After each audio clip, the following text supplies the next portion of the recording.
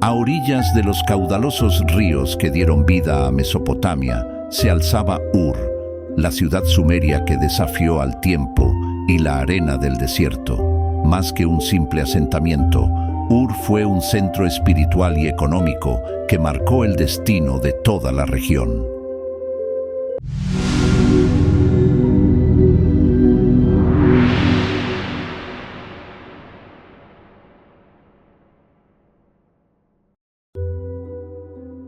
Aquí, en esta metrópolis floreciente, se erigió el majestuoso Sigurat de Nana, un templo escalonado que aún hoy se alza como testimonio del fervor religioso que impulsaba a sus habitantes a acercarse a los dioses.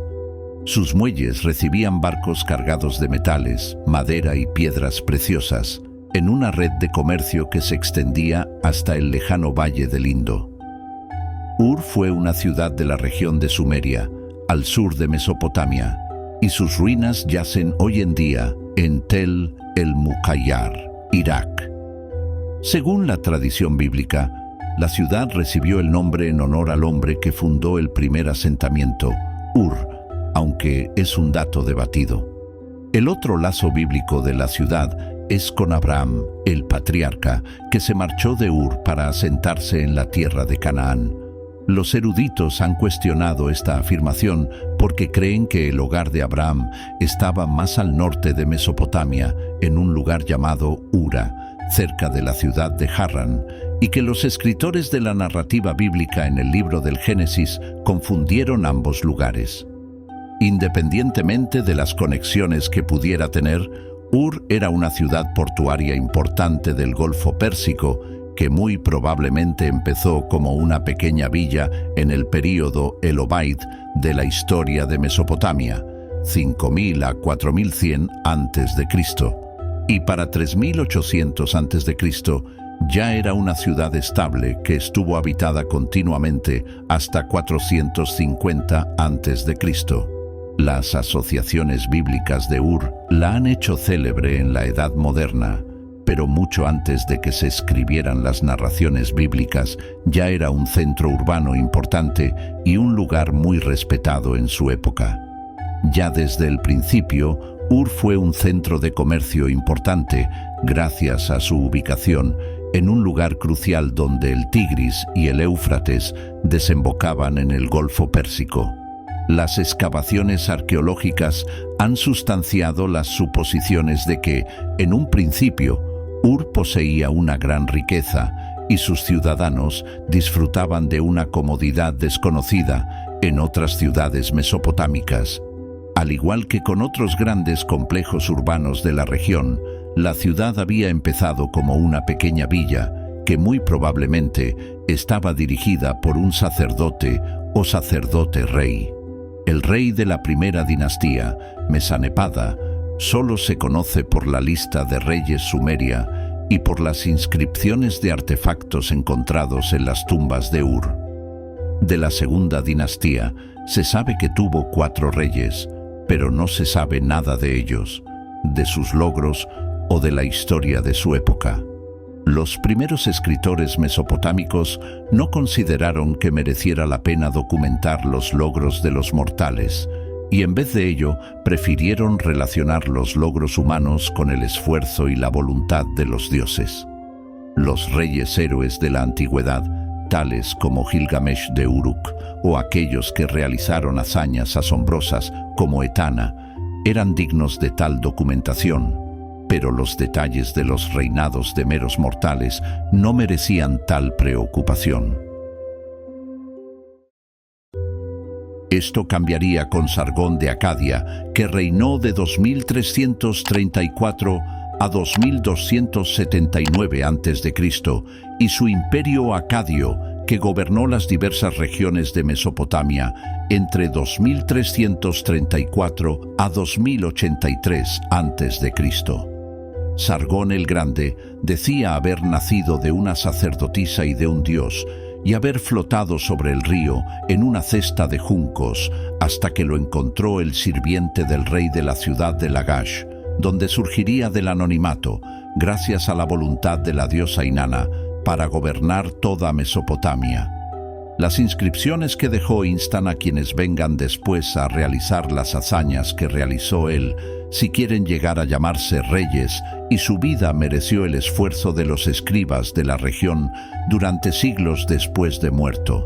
Dos de los reyes más grandes de la tercera dinastía fueron Ur-Nammu y su hijo Shulgi de Ur, cuyos reinos fueron entre 2047 a 1982 a.C., y que crearon una comunidad urbana dedicada al progreso cultural y la excelencia, y al hacerlo, dio lugar a lo que se conoce como Renacimiento Sumerio.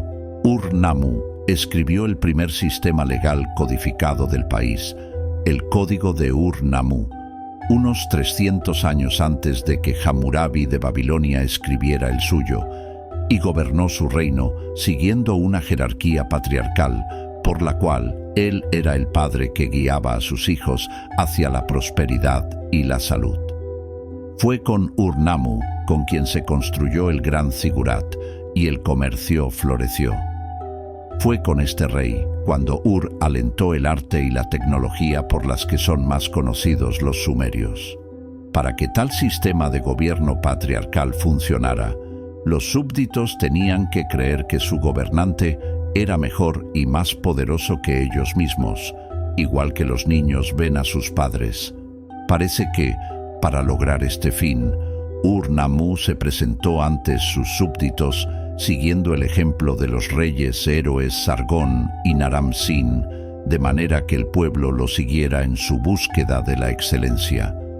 Murió en batalla a manos de los gutios y fue inmortalizado en el poema La muerte de Ur-Nammu, que lo imagina en el reino del inframundo de Ereshkigal, reina de los muertos.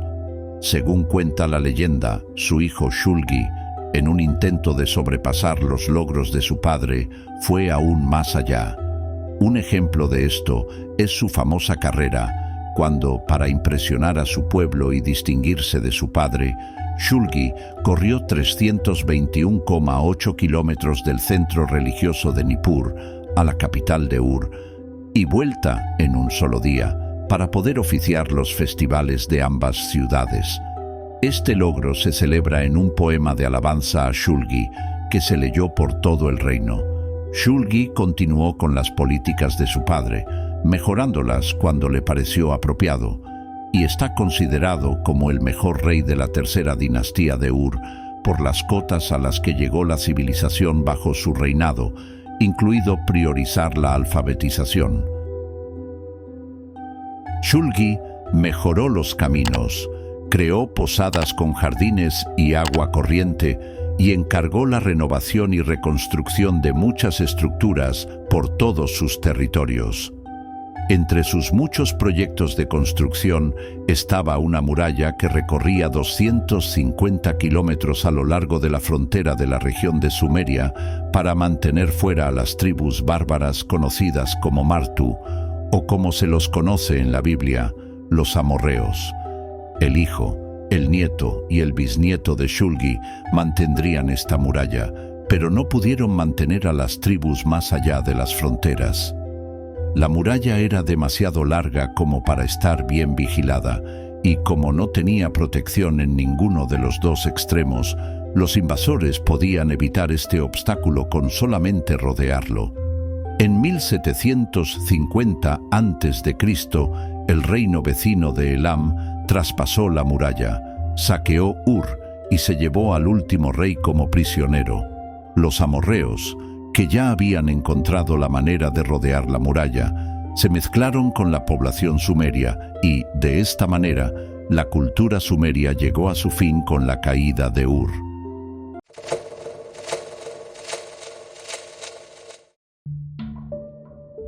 Mucho antes de que las pirámides se alzaran sobre el Nilo, antes de que Babilonia levantara sus célebres jardines, existió una ciudad que marcó el inicio de la historia escrita, Uruk. En las vastas llanuras de Mesopotamia, donde el Tigris y el Éufrates trazan surcos en la tierra, surgió este lugar extraordinario. Sus murallas, que según la leyenda medían más de 9 kilómetros de longitud, protegían templos colosales dedicados a dioses que encarnaban el poder y la fertilidad. Aquí nació la primera gran urbe de la humanidad, un centro de comercio, religión y conocimiento que daría forma a la civilización sumeria. Uruk fue la cuna de la escritura cuneiforme, un invento que cambiaría para siempre la manera de comunicarse y recordar. Sus calles vieron desfilar caravanas de mercaderes, sacerdotes, reyes guerreros y escribas que, con cañas talladas, dejaron en tablillas de arcilla la memoria de un mundo que todavía nos asombra. Hoy, entre ruinas polvorientas y fragmentos de templos, Uruk sigue contando su historia. Uruk, el sitio arqueológico conocido hoy como Huarca, fue una antigua ciudad del cercano oriente, ubicada al este del lecho actual del río Éufrates, en un antiguo cauce, ahora seco, del río en la gobernación de Mutana, Irak.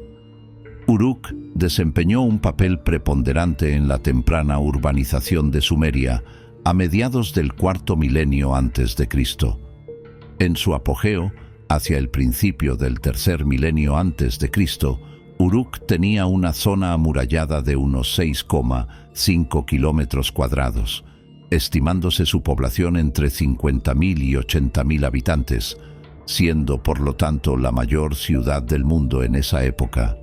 Según la tradición sumeria, tal como se recoge en la cronología presentada en la lista de reyes sumerios, allí vivió Gilgamesh, héroe de una de las obras literarias más antiguas de la historia, el poema de Gilgamesh, y de quien se dice que construyó el templo de Eana y las murallas de la ciudad. Uruk fue probablemente el lugar de nacimiento del sello cilíndrico, así como del cálculo y la contabilidad. Precisamente en Uruk se ha encontrado una tablilla de barro con el primer uso del cero. Los restos más antiguos que se conservan de Uruk están datados entre el 5300 a.C. y el 4574 a.C. mediante la prueba de carbono 14. En Uruk se encuentran por primera vez tablillas de arcilla con muescas que demuestran la existencia de una contabilidad, lo cual puede interpretarse como un paso previo a la elaboración de la escritura. No se conoce con certeza hasta qué punto estaba jerarquizada la sociedad de Uruk. Se han propuesto varios modelos diferentes. Así, el arqueólogo checo Petr Charvat defiende que se trataba de una sociedad igualitaria, lo cual se demostraría, entre otras cosas, en el carácter abierto de los edificios centrales de la ciudad, alejados de ser palacios cerrados y rodeados de plazas y foros, recordando al aspecto de las polis griegas posteriores. Otros autores, como Pollock, defienden que el gobierno de Uruk era autoritario y que la supremacía de ésta sobre el resto de regiones fue lograda mediante la fuerza.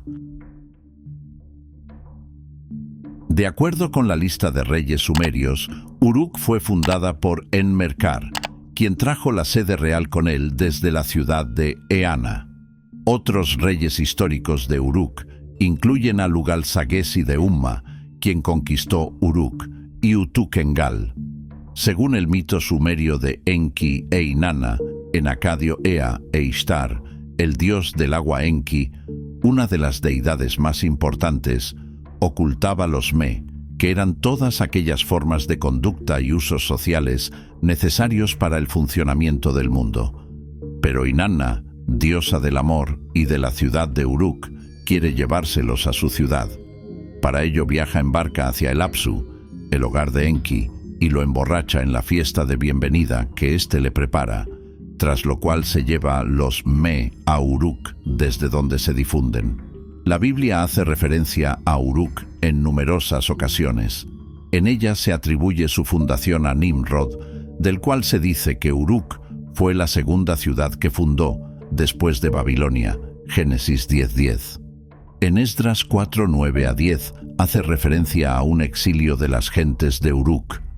Las gentes de Uruk, de Babilonia y de Susa, es decir, los elamitas.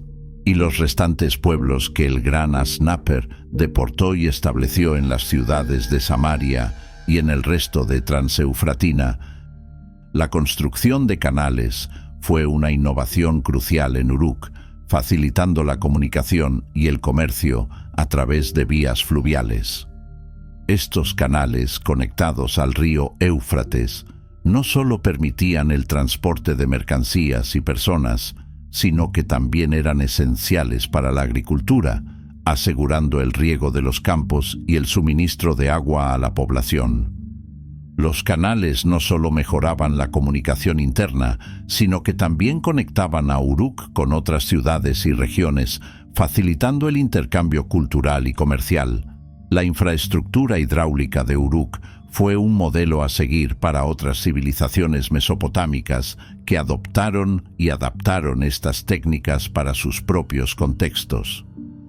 La capacidad de manipular el entorno natural para satisfacer las necesidades humanas es un testimonio del ingenio y la adaptabilidad de los habitantes de Uruk, quienes sentaron las bases para futuras innovaciones en ingeniería y urbanismo.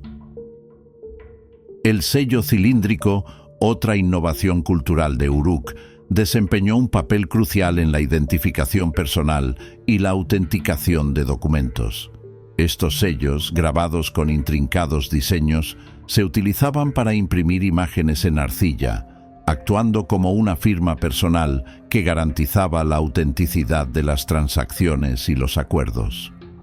El uso del sello cilíndrico refleja la creciente complejidad de las relaciones sociales y económicas en Uruk.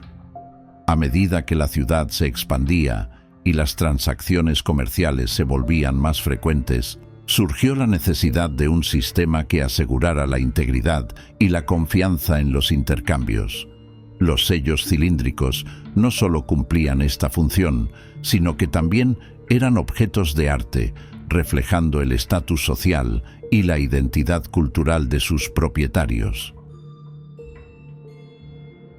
Aunque la ciudad alcanzó su apogeo durante el tercer milenio antes de Cristo, comenzó a perder población y relevancia hacia el final del período dinástico temprano. Factores como las invasiones, los cambios climáticos y las transformaciones culturales contribuyeron al declive de Uruk. Sin embargo, Uruk no fue completamente abandonada. La ciudad mantuvo su ocupación hasta el siglo III después de Cristo, aunque su importancia política y económica disminuyó. A lo largo de este tiempo, Uruk continuó siendo un centro religioso y cultural, preservando su legado a través de los templos y las tradiciones que sobrevivieron a lo largo de los siglos. Después del gran diluvio, según los antiguos sumerios, la realeza descendió del cielo y se estableció en Kish, la cual ocupó un lugar sagrado, el de la primera ciudad que llevó la corona de los hombres. Desde sus templos y palacios surgieron los primeros reyes, las primeras listas, las primeras leyendas. Uno de ellos, Etana, fue llamado el pastor que ascendió al cielo, montado sobre un águila, en busca de la planta del nacimiento. Hoy sus ruinas yacen en silencio, pero su nombre resuena al comienzo de la historia. Esta es la historia de Kish, la ciudad que heredó el mundo después del diluvio. En la actual Tal al-Uhaymer, Irak, se encuentran los restos de una antigua ciudad-estado mesopotámica, conocida como Kish. Se desarrolló a partir del final del Neolítico alfarero a lo largo del Creciente Fértil, un período en el que las prácticas agrícolas neolíticas se extendieron por todo el cercano Oriente y más allá. A medida que mejoraba el riego, los tramos más meridionales del Éufrates pudieron finalmente ser ocupados por humanos y sus animales. El sur de Mesopotamia, actual Irak, y el extremo occidental de Irán, fue objeto de asentamiento permanente, inicialmente en forma de pastores, pero pronto también como agricultores. Entre las culturas aledañas a esta progresión se encontraban los Hasuna y los Samarras, que iniciaron este proceso de asentamiento, y quizás también participaron elementos de la cultura Hisar en las tierras altas iraníes. Estos pueblos no eran semitas y de cabello negro. Su origen se desconoce, pero se cree que provenía de las montañas. La ocupación del sitio comenzó en el período Jemdet Nasser, 3200 a 2900 a.C., en una época en la que muchas de las ciudades de Sumer se estaban construyendo rápidamente a partir de grandes aldeas para finalmente rivalizar con la ciudad madre de Uruk. Según la lista de reyes sumerios, una antigua lista de ciudades sumerias, los reyes que las gobernaron y la duración de sus reinados, Kish fue la primera ciudad en tener un rey tras el diluvio. Esto la distingue y no parece ser la única característica inusual de esta ciudad. Ciertamente, en épocas posteriores, y muy posiblemente desde los tiempos más remotos, el rey que controlaba la ciudad de Kish era reconocido como Shar-Kishati, rey de Kish, y se le consideraba preeminente en Sumer, posiblemente porque era aquí donde confluían los dos ríos, el Tigris y el Éufrates, y quien controlaba Kish controlaba, en última instancia, los sistemas de riego de las demás ciudades río abajo. Los reyes de Kish, de la primera dinastía, también se conocen como la primera realeza, de Sumer, después del diluvio. Según la lista de reyes sumerios, un total de 39 reyes gobernaron en Kish durante 14.409. La lista de reyes presenta la realeza como un don divino otorgado a la humanidad en tiempos primigenios. Se transmitía de rey en rey y de ciudad en ciudad, por voluntad de los dioses, y solo podía ser ejercida por una persona a la vez. Actualmente, esta parece ser una realeza más alta, en la que cada ciudad reconocía al rey más poderoso de la época, mientras gobernaba su propio territorio. Solo más tarde surgió el concepto de imperio para eliminar o minimizar el gobierno local bajo un imperio más poderoso. El liderazgo que Uruk había ostentado durante el período Uruk IV del cuarto milenio antes de Cristo comenzó a desvanecerse a principios del tercer milenio antes de Cristo, a medida que otras ciudades-estado sumerias evolucionaban y cobraban importancia. La ciudad de Kish, en el norte de Sumer, adquirió especial importancia después de que las ciudades-estado río abajo fueran devastadas por repetidas inundaciones. Poco después del fin del reinado de Etana de la primera dinastía de Kish, Mesquiagasher de Uruk fundó una dinastía rival en Uruk, muy al sur de Kish. Su dinastía se convirtió rápidamente en la fuerza dominante de la región. Sus miembros buscaban cada vez más artículos de lujo para expresar su poder, ya sea mediante el comercio con lugares como el vital centro comercial de Dilmun o mediante la conquista. Uno de los monumentos más importantes excavados en Kish es un palacio del período dinástico temprano, uno de los primeros indicios en cualquier parte de Sumer del creciente poder de los reyes, que desafiaría y finalmente superaría al de las organizaciones religiosas del templo durante el transcurso del período dinástico temprano. Entre los restos importantes que quedan, aún en existencia, en Kish se incluyen dos templos del período neobabilónico, en torno al cual se desarrolló la urbe. Tel al-Ujaimir significa la colina roja debido a que los ladrillos, así como la arena de la zona, son de color marrón rojizo oscuro.